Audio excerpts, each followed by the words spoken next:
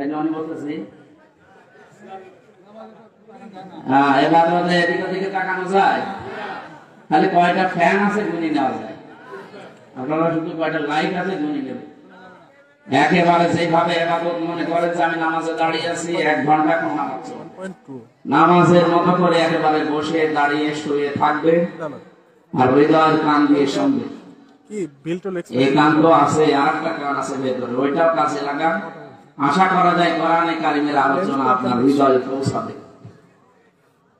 আল্লাহ রাব্বুল আলামিন যেটা দিয়েছে ওয়াইদা সামিউ মা উনজিলা ইলা রাসূলি কানু আমায়ুনাহুম তাফিদু মিনাদ দামি মিম্মা আরাফু মিনাল হক। এই চুপ করেন, আগে কথা শুনে। আর কি দেখতে এসেছে? আমাকে সেরকম কিছু আছে দেখানোর মতো? আছে? সুতরাং যাদের দেখার মতো আছে ওদের না দেখবেন। আমাদের তো চেহারাও সেরকম নায়কের মতো না। একটু শোনেন, আমি যা বলছি শোনেন। কোরআনে এই আয়াতে আল্লাহ জানিয়েছেন নবী আপনি যখন তেলাওয়াত করবেন ব্যাখ্যা দেবেন যে মানুষগুলো এটা অনুধাবন করতে পারে। আপনি দেখলে তাদের চোখ দিয়ে পানি পড়ছে। আচ্ছা, কোরআনের আলোচনা সবাই বুঝবে না, সবার চোখে পানি আসবে। যদি সত্যি আপনি অনুধাবন করতে পারেন 2 ঘন্টা 5 ঘন্টা লাগবে, আপনি 10 মিনিটেই যথেষ্ট। আপনার জীবন পরিবর্তন হওয়ার জন্য কি 14 ঘন্টা ওয়াজ শোনা লাগে? হযরত ওমর কয় ঘন্টা ওয়াজ শুনেছিলেন? তেলাওয়াত শুনেছিলেন মাত্র কয়েক মিনিট। এতেই তার পরিবর্তন এমন হওয়া হয়েছে, কিয়ামত পর্যন্ত এরকম মানুষ দুনিয়ায় আসবে। কি হয়েছিল বলে তো? এই কোরআনের কারণে। সেইটা আমরা শুনতে এসেছি অনুধাবন করার জন্য খুব স্থির ভাবে, খালি সময়ের চিন্তা ভাবনা করে জবান খুলে পড়ে না আউযু বিল্লাহি মিনাশ শাইতানির রাজিম বিসমিল্লাহির রহমানির রহিম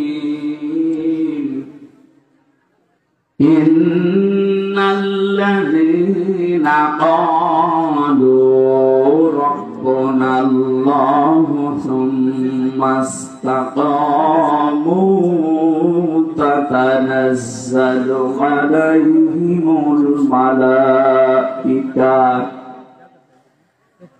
আল্লা তাখাফু ওয়া লা তাহজানু ওয়া বাশিরু বিল জান্নাতি ওয়া লি সাইয়্যিদিনা মাওলানা। আলহামদুলিল্লাহ, বাংলাদেশের ঐতিহ্যবাহী জেলা বগুড়া শাহজাহানপুর থানা না হেলেঞ্চাপাড়া পূর্বপাড়া গাউসিয়া ফোরকানিয়া মাদ্রাসার পীরপাল ঈদগাহ ময়দানে মহাবিশ্বের মহাবিশ্বর আমাদের মালিক, আমাদের মনিব শাহীন, বরেণ্য অতিথি জনাব জাকির হোসেন, বিশেষ অতিথি মিজানুর রহমান শামীম, অন্যান্য ওলামায়ে কেরাম, বিশেষ করে যারা আলোচনা রাখলেন মাওলানা রেজাউল করিম খান, মাওলানা আব্দুল্লাহ, কবরগুলো জান্নাতুল ফেরদাউস বানিয়ে দেন। এখন যারা আছেন এদের জীবনে যৌবনে আল্লাহ বরকত দেন। সামনে যারা কিয়ামত পর্যন্ত এই জমিনটা কোরআনের প্রচারে ব্যস্ত রাখবে, যারা শুনতে আসে তাদেরকে আল্লাহ 2টা দায়িত্ব দিয়েছে। কারণ এটা তো আর মমতাজের কনসার্ট না যে লাভ দিয়ে উঠে মান্দরের মতো উল্টাপাল্টা যা করে চলে গেল। এটা ইবাদত চলছে। 1 নম্বরে শুনতে হবে, 2 নম্বরে চোখ থাকতে হবে। 2টাই ফরজ। 2টা কি? আর এখানে যে বসে আছেন এটা কি ফরজ? কান দিয়ে যায়, মানুষ শুনিয়ে যায়। বাড়ি যাওয়ার সময় জিজ্ঞাসা করছে কি, ও যদি 5টা প্রশ্নের জবাব দিতে পারতো তাও তো অন্তত সময়টা একটা দাম দেওয়া যেত। কিচ্ছু বলতে পারে না, বেকার খালি সাউন্ড। আমার যদি অন্তত ফেল করতাম তারপরে ক্লাসে রাখতো, আমার এমন রেজাল্ট, আমার নামিয়ে দিয়েছে 2 ক্লাস নিয়েছে, এখন আমার 5-এ উঠলে আর আমার 2 বছর লাগবে। আমি এই তবকা পার হয়ে আর এক তবকা যাওয়া, তাকে আল্লাহ যে তবকার পরে তবকা আসমানের পরে আসমান পার করে একেবারে আরশ মহল্লা পর্যন্ত নিয়ে গিয়েছিলেন। এটা শোনেন নিজে বলে উনকে একবার গিয়েছে, আস্তে আস্তে গিয়েছিলেন। আজকে আমরা অন্তত 96 বছরে এখানে যারা শুনলাম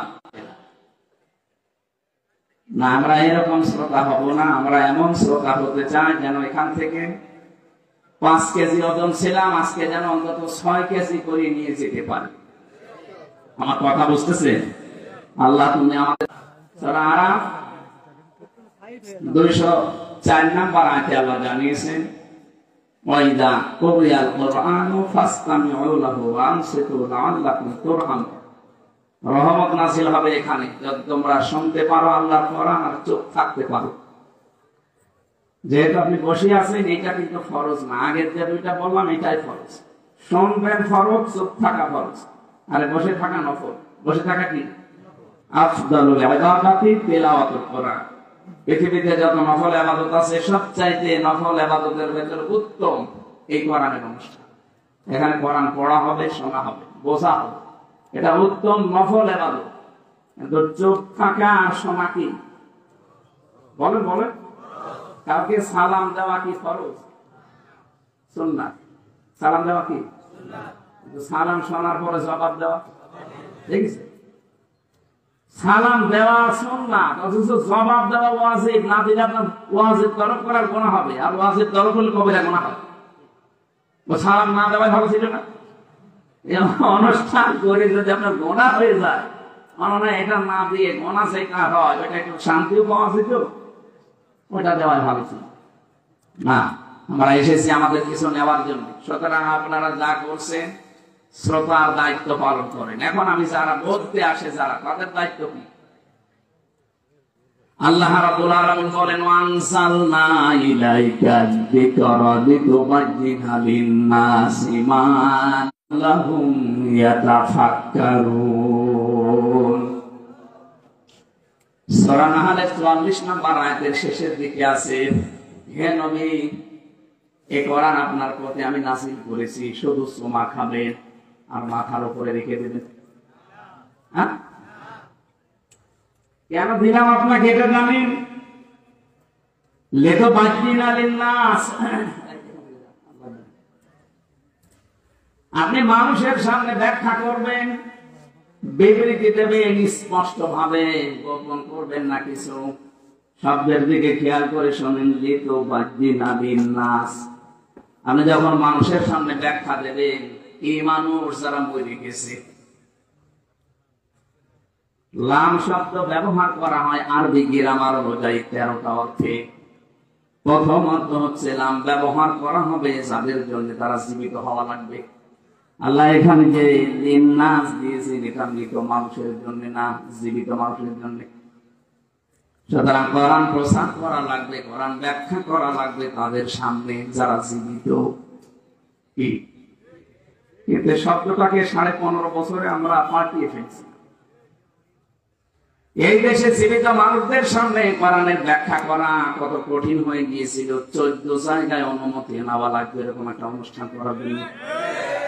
যারা দায়িত্বে ছিলেন সরাসরি হয়তো বলেননি যে আমরা হতে দেব না, কিন্তু যেন না হয় এইরকম ব্যবস্থা আপনি করে রেখেছিলেন। 14 জায়গায় কেউ যাবেও না, ও ছাতা কোরআনের অনুষ্ঠান দেবেও না। যাতে মাতাল হলো পালে শিখছি, কারণ জানে যে দেশে 96% মুসলমান। অন্তত আর সাইকেল এই কোরআনের বিরুদ্ধে ডাইরেক্ট অবস্থান নিয়ে টিকে থাকা যাবে না। একটা ছেলে শুধু বাগান থেকে ফুল ছিঁড়ত, বাগানের মালিকের ছেলে এই ছেলের বাবার কাছে গিয়ে বলছে, চাচা আপনার ছেলে শুধু আমাদের বাগান থেকে ফুল ছেড়ে, আপনি কিছু বলতে পারেন না? ফুল ছেড়ে, ওর মাথা একটু খারাপ তো, এজন্য ফুল ছেড়ে।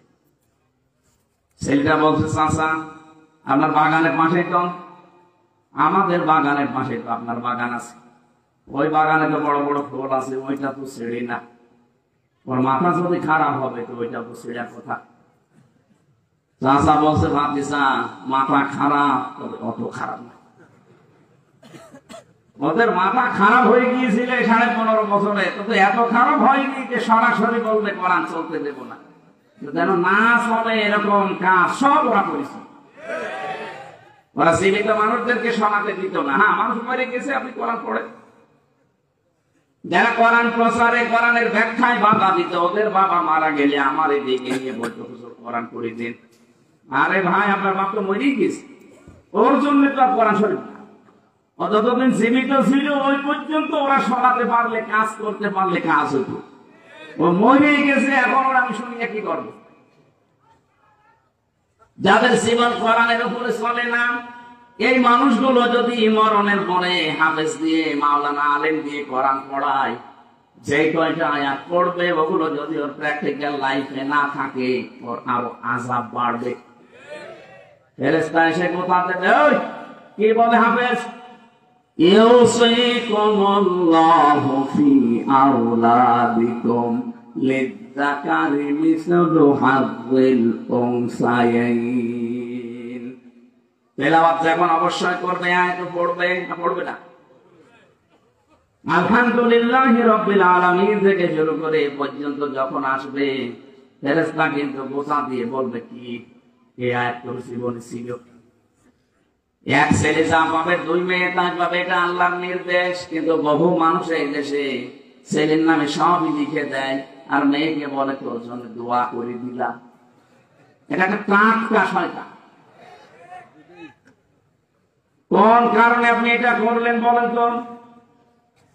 ছেলেটাকে জন্ম আপনি দিয়েছিলেন, মেয়েটাকে ভাড়া করে জন্ম দিয়েছেন। কথা বলেন না? ওইটাও যদি আপনার হয়, তাহলে আল্লাহর যে নির্দেশ ছিল ওইটা আপনি কেন করলেন না? আমি বহু হাজিকে আমার নিজের সাথে যেতে দেখেছি এই কাজ করে। ওরা কিছু মনেও করে না, ওরা জানেও মনে হয়, আর জানলেও কিভাবে জানে আমি জানি না।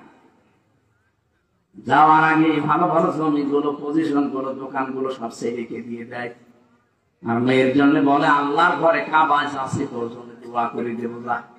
আরে ভাই, আপনি তো দোয়া করবেন, ওকে ফাঁকি দিলেন কেন?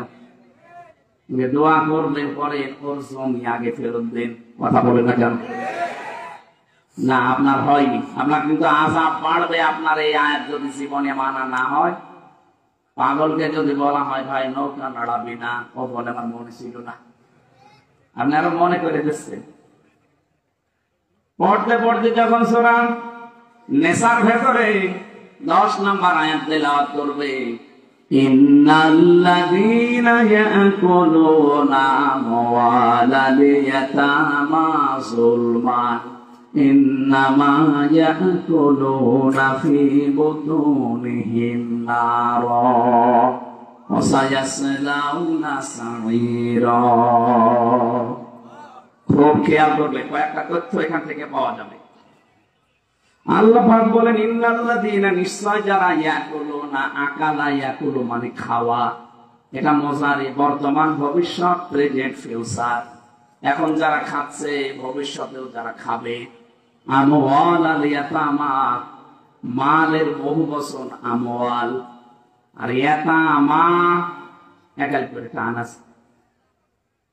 যারা এতিমদের মাল খাচ্ছে এবং খাবে, জুলমান, অন্যায় ভাবে, ইন্নামা, অবশ্যই তারা, ইয়াকুলুনা ফি বুতুনিহিম নারা, তারা পেটের ভেতরে যা দেয় সব জাহান্নামের আগুন ছাড়া আর কিছু না। শব্দটা কত কঠিন, ভয়ঙ্কর দিয়েছেন আল্লাহ। খাবার কি আল্লাহ বলেন জাহান্নামের আগুন, এটা এতটুকু আল্লাহ যদি শেষ করে দিতেন, আল্লাহর কসম আয়াত আমি পড়তাম না। পরে শব্দটা আরো কঠিন, ওয়াসায়াসলাউনা সাঈরা। শব্দ শুরু করার আগে আল্লাহ সিন দিয়েছেন। সিন, সাউফা, কদ, লাম, এরকম 13টা শব্দ আছে আরবি গ্রামারে। আবার কোন সেন্টেন্সের আগে যদি একটা আসে, বাংলা অর্থ দাঁড়ায় খুব তাড়াতাড়ি, অতি শীঘ্রই। আল্লাহ বলেন, এই যে ওয়াসায়াসলাউনা সাঈরা, ওই মানুষগুলো শুধু মরতে দেরি হবে, কবরে যাওয়ার সঙ্গে সঙ্গে ওরে জাহান্নামে আমি আল্লাহ নিজে আগুন লাগিয়ে দেব। এবার আসেন এদের বাস্তবতায়। ইয়াতিম বলতে বাংলাদেশে বহু মানুষ আমরা আছি, এখানে বিশেষ করে যারা বসে আছে, এতিম মানে জিজ্ঞাসা করেন, বলবে মা বাপ নেই। কি না, এতিমের সংজ্ঞা আপনার উপরে যারা আছে ওই আন্ডারে নিচে যারা কাজ করবে ওনার কাছে সবাই এতিম। একটা অফিসে 12,000 মানুষ কাজ করে, যিনি ওখানে এমডি আছে, এমডি এর নিচে যত মানুষ আছে সবাই তার কাছে এতিম, কারণ তার কলমের খোঁচাকে চাকরি চলে যেতে পারে। কথা বলছে না? এই দেশের যিনি দায়িত্বে ছিলেন 18 কোটি মানুষের, তার কাছে আমরা সবাই এতিম। কি করলেন আপনি এতিমের সাথে? একজনকে তো এতিমের মাল আত্মসাৎকারী বলে 6-7 বছর জেল খাটালেন। আর আপনি কি করেছেন এতিমদের সাথে বলেন তো?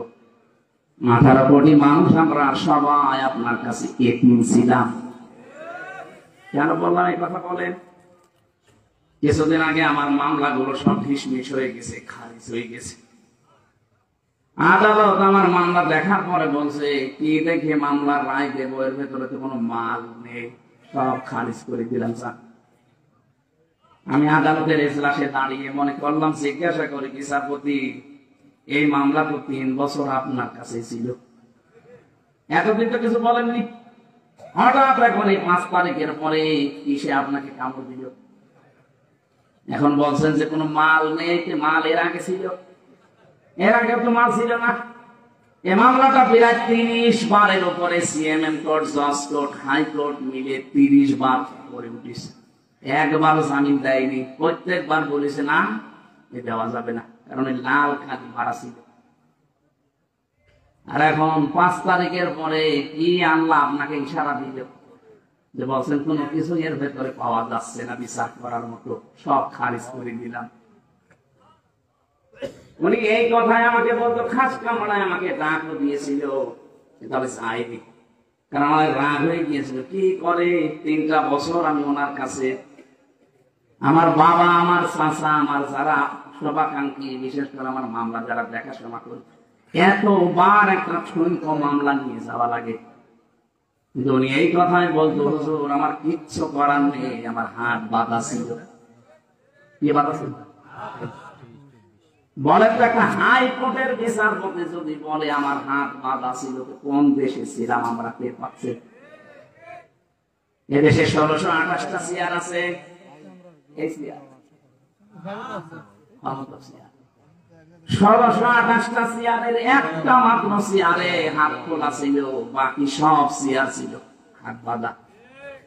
কথা বোঝেন আমার? যে একটা চেয়ারের হাত বাঁধা খোলা ছিল, ওরা যখন পালিয়ে গেছে পুরা 1629টা 1627টা চেয়ার সব হাত আবু সাইদের মতো খুলে গেছে। এবার মামলা দেখে আর বলেন না, আগে তো জামিনও দিত না, এখন বলছে খারিজ করে দিলাম।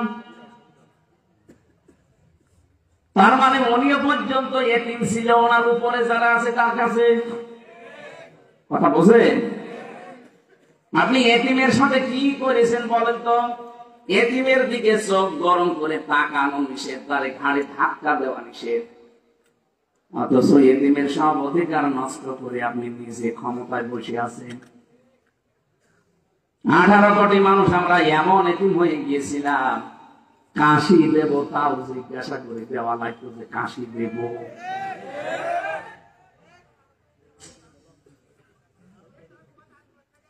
কি অবস্থায় ছিলাম আমি নিজে টের পেয়েছি। রিমান্ডে ওই 10টা দিন আমার কাছে মনে হচ্ছে এক একটা ঘন্টা, এক এক বছর যাচ্ছে। আরে ভাই, এমনিতে তুই নিজেও জানিস যে কোনো দোষ নেই, নিয়ে যে এমনিতে বলতে পারতিস না হাজুর বসে থাকেন, 10 দিন পরে আপনারে আমরা আদালতে দিয়ে দেব। কি করেছেন? আপনার বিবেকে একটু বাধা দেয়নি? নিজেই মাঝে মাঝে এসে বলতো আপনার কোনো দোষ নেই, আমরা জানি। এত খারাপ আচরণ করতেন কি করে? আমি যাই হয় ছোটখাটো, আমার নামের আগে অন্তত আলেম লেখা আছে। আমার পায়ে ডান্ডা বেড়ি লাগিয়েছে, মাথায় দড়ি বেঁধেছে ছাগলের মতো, হাত মানুষের সামনে বাঁধে আর আমার বেঁধেছে পেছনে, কালো কাপড় দিয়ে চোখ বেঁধে নিয়ে আপনি টাঙিয়ে দিলেন 11 ঘন্টা।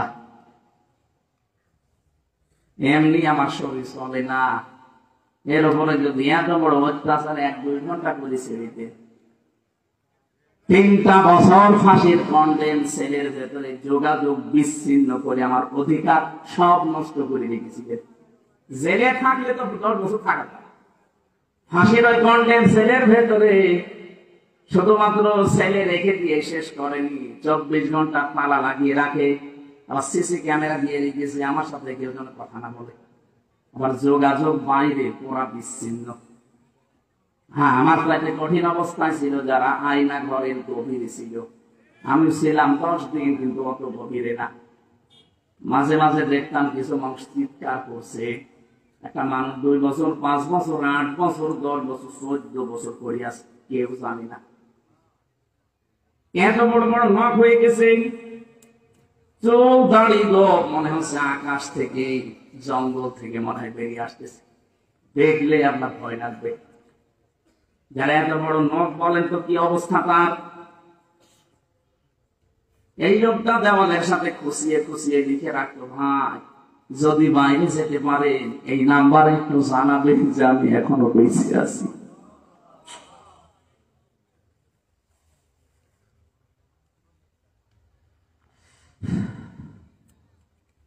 এতিমদের সাথে যা করা হয়েছে পৃথিবীর ইতিহাস পাল্টিয়ে ফেলেছেন।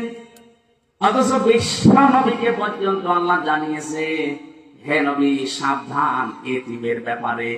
আর আইতাল্লাযী ইউকাযযিবু বিদ্দীন ফাযালিকাল্লাযী ইয়াদউল ইয়াতীম।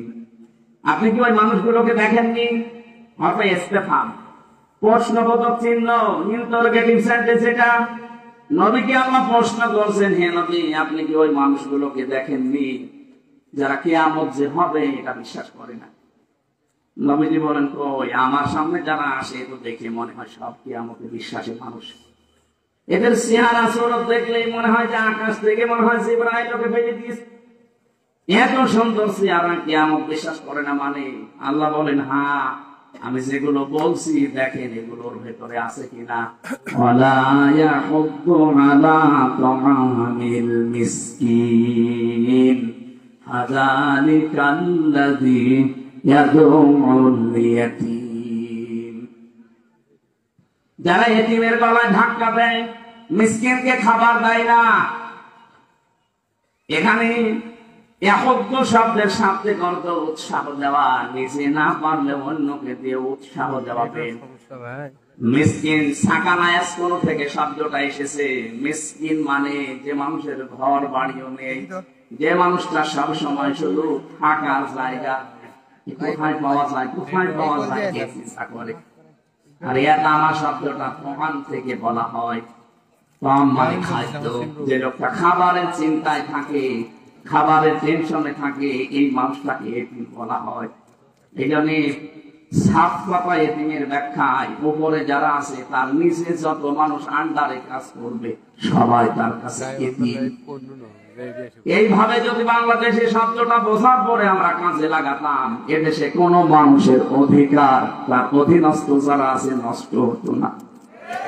আজ কত মানুষ তার উপরে চেয়ারে বসতে পারে, কিন্তু এতিমরা যারা দাঁড়িয়ে আছে উপরে কলমের খোঁচা দিয়ে তাকে উপরে উঠতে দেয় না। 15.5 বছরে বহু মানুষের অধিকার আপনি নষ্ট করেছেন। বিভিন্ন চেয়ারে বসে বসে এই মানুষগুলোর অধিকার নষ্ট করার কারণে মানুষগুলা উপরে উঠতে পারে না। ডক্টর ইউনূস আপনি দেখছেন 10-12 দিন শুধু একই কথা বলছেন যে আমার স্বচ্ছ ও নির্মল চরিত্রবান এই মানুষগুলো দিয়ে, অথচ মানুষ নেই।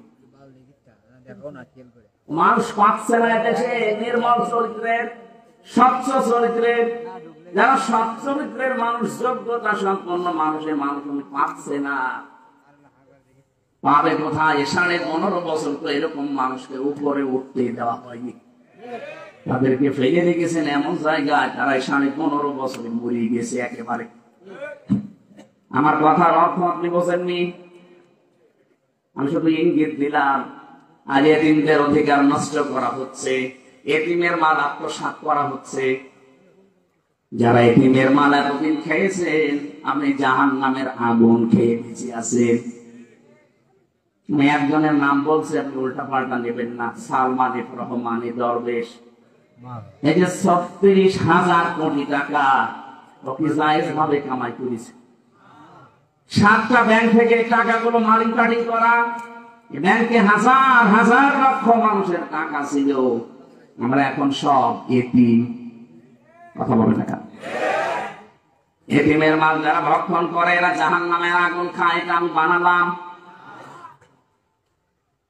সুতরাং এই কাজ যারা করেছিলেন, এমনকি অনেক মানুষ আছে সুদ খেয়ে আনন্দে আছে, টাকা ছেড়ে রাখে, টাকা আসে নাকি বগুড়া শুরু হয় 1000 টাকা ছেড়ে রাখে, 1 মাস পরে 200 টাকা করে বেশি পায়। বলে সুবহানাল্লাহ। আমি এরকম বহু মানুষ নিজের চোখে দেখেছি, টাকা ছেড়ে রাখে, টাকা আসে, ওই টাকা তোলে, ওই খায় আর আল্লাহ আল্লাহ করে।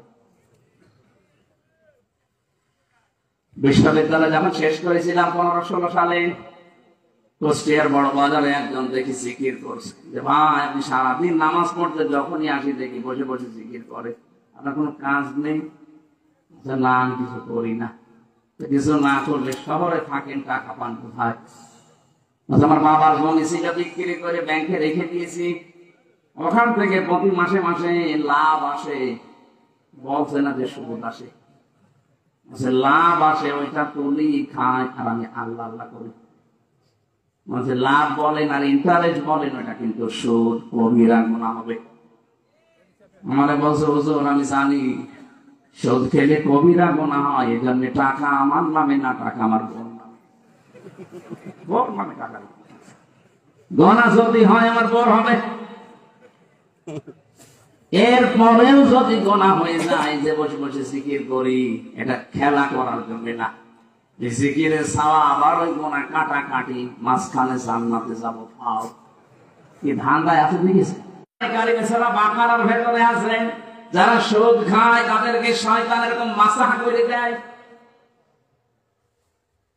সুদ খায় যারা, কিয়ামতের দিন যখন দাঁড়াবে তারা মহাবিষ্ট হয়ে দাঁড়াবে, মনে হবে ওদেরকে কেউ যেন শুয়ে দিয়েছে। মানুষের শরীরে যখন অজানা একটা স্পর্শ আসে, ওই মানুষটা কিন্তু অন্যরকম হয়ে যায়। কিয়ামতের দিন শয়তান ওদের শরীরের ভেতরে মাসাহ করে দিবে। আল্লাযীনা ইয়াকুলুনা রিবা ওয়া ইয়াকুমুনা ইল্লা কামা ইয়াকুমুল্লাযী ইয়াতাখাব্বাতুহু শাইতানু মিনাল মাস। ইলা আখিরি আয়াত। রব্বুল আলামিন বলেন, দুনিয়াতে যারা সুদ খায় তাদের দৃষ্টান্ত জানেন, কিয়ামতের দিন তাদেরকে বিশাল বিশাল শিকল দিয়ে বেঁধে ফেরেশতারা নিয়ে আসবে।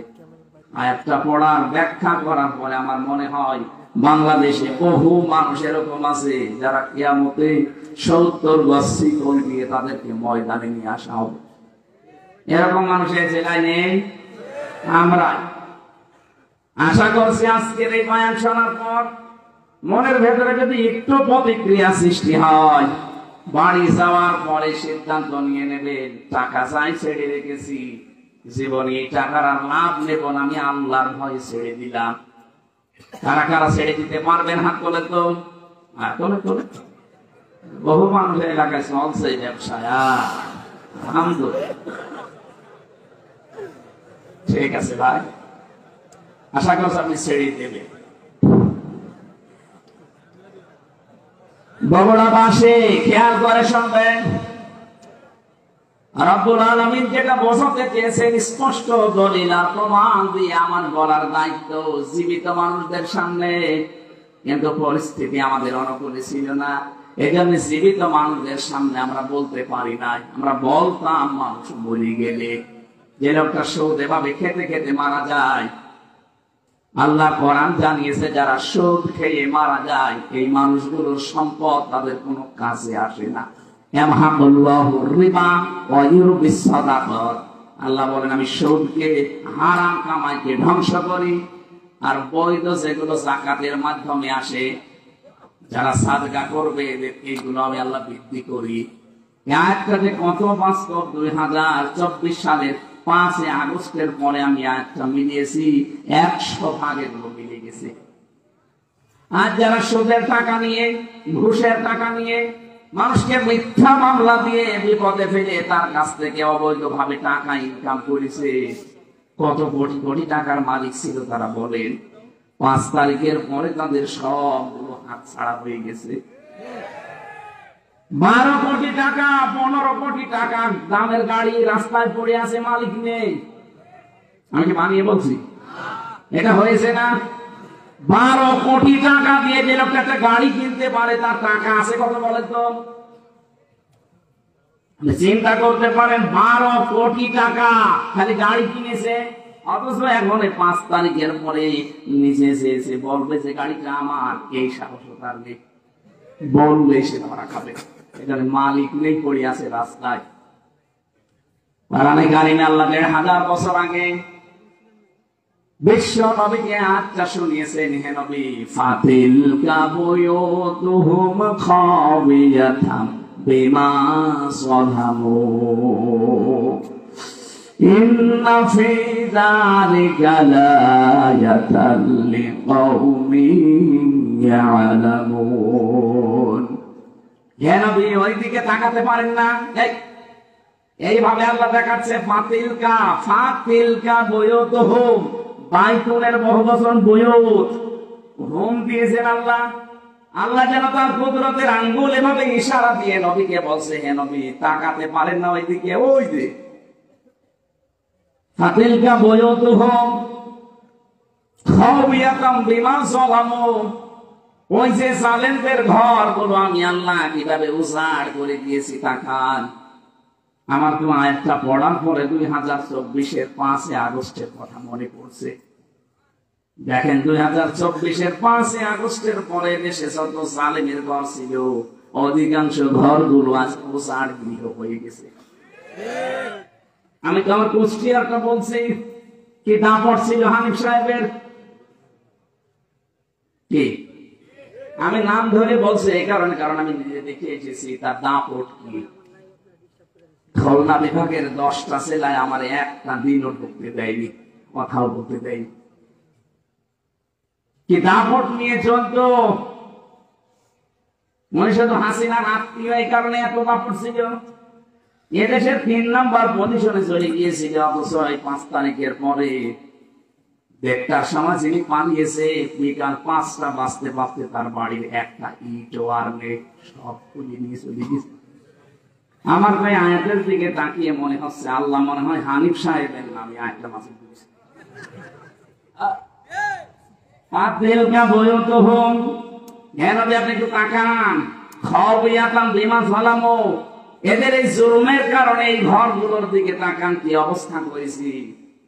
বিরান হিল বানিয়ে দিয়েছি, বিরান ভূমি বানিয়ে দিয়েছি। মনে হচ্ছে এখন ওইটা জাতীয় টয়লেট। আমার মনে হয় সমস্ত জায়গায় 3 মাসের ব্যবধানে যে অবস্থা, ভূত পেতনি থাকলেও ভয় পায় না। অথচ কয়েকদিন আগে ওখানে দুর্বিসন্ধি চলত যে কার বিরুদ্ধে মামলা দেওয়া যায়। বাংলাদেশে যত জালেমের ঘর ছিল এই আয়াতের সাথে মিলিয়ে আমি দেখেছি প্রত্যেকটা মিলে যাচ্ছে। সর্বোচ্চ ঘর যেটা ধানমন্ডিতে আপনি তাকান, কত দাপট চলতো সেখানে, কত জাঁকজমক, অনেকে গিয়েছিল মা কিন্তু আবেগে।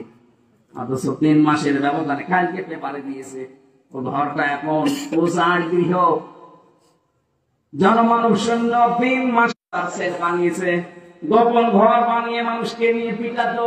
এই জায়গাগুলো আমার আল্লাহ এই দুনিয়াতে মানুষের সামনেই দেখাবে, এগুলো জাতীয় টয়লেট হয়ে যাবে। খাবিয়াতান শব্দের শাব্দিক অর্থ হচ্ছে ভয়ঙ্কর ভাবে আমি আল্লাহ উপস্থাপন করবো এই বাড়িগুলোকে, এই ঘরগুলোকে। কারণ কি, বিমা সালামু, এখানে বসে বসে জালেমরা সিদ্ধান্ত নিত।